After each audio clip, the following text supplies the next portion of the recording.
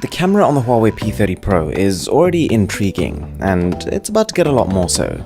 You might remember a couple of weeks back when I used the B-script to mount full-frame camera lenses onto the Galaxy S10. Well, today we are taking the P30 Pro to a whole new level. So to start with, pretty similar. We're using a DOF adapter to mount full-frame camera lenses onto our phone.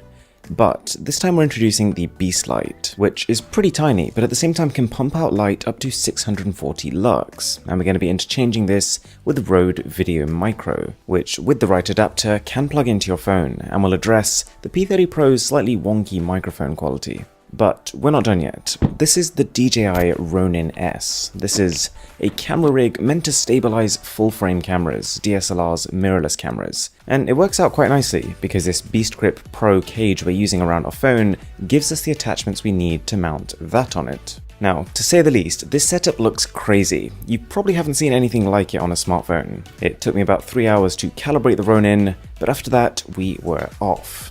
But where to?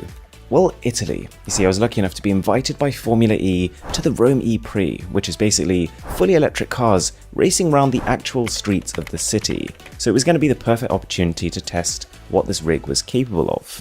We also got around to doing some nighttime shooting in the heart of Rome, which was crazy exciting. But first, let's talk about what happened during the day. We turned up to the event, and this right here is filmed using AI color mode on the P30 Pro, and it is only in 1080p, but nonetheless a very cool, and now that we've got this rig, very stable effect. We can also now do tracking shots like this one in 4K resolution. So we're out here in Rome for the Formula E E-Prix. This is all being recorded on the Huawei P30 Pro, and we've got a bit of a drive of our own to do.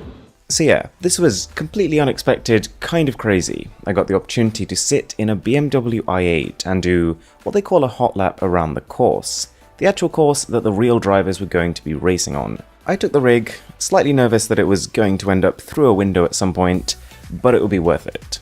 My driver wished me good luck, which is always a good sign, and then it just shot off. In terms of the footage I got, I'd say it was a pretty mixed result. You see, this Ronin S stabilizer is actually built to work at up to 75 kilometers an hour.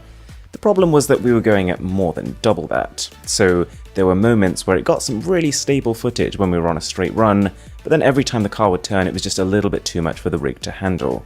We then got given a garage tour, where we got to see the drivers getting ready, the teams doing practice runs, and we got a little too close to some of the cars. And what I didn't realize at the time was that the next thing I'd be heading to was probably the most terrifying part of the day. Formula E had set up gaming simulators, which pretty much recreated a real course one-to-one, and that's amazing, but what I didn't quite expect is that I would be racing in it, against the actual drivers in front of a live audience. Safe to say, I didn't exactly come first, but I promise it's harder than it looks. This was also a pretty good preview of our camera rig working in super low light. The only illumination on my face was really coming from that screen. Surreal would be the way to describe walking onto the grid, which is basically the start line of the race, literally 10 minutes before the whole thing kicks off. To call it hectic would be a massive understatement.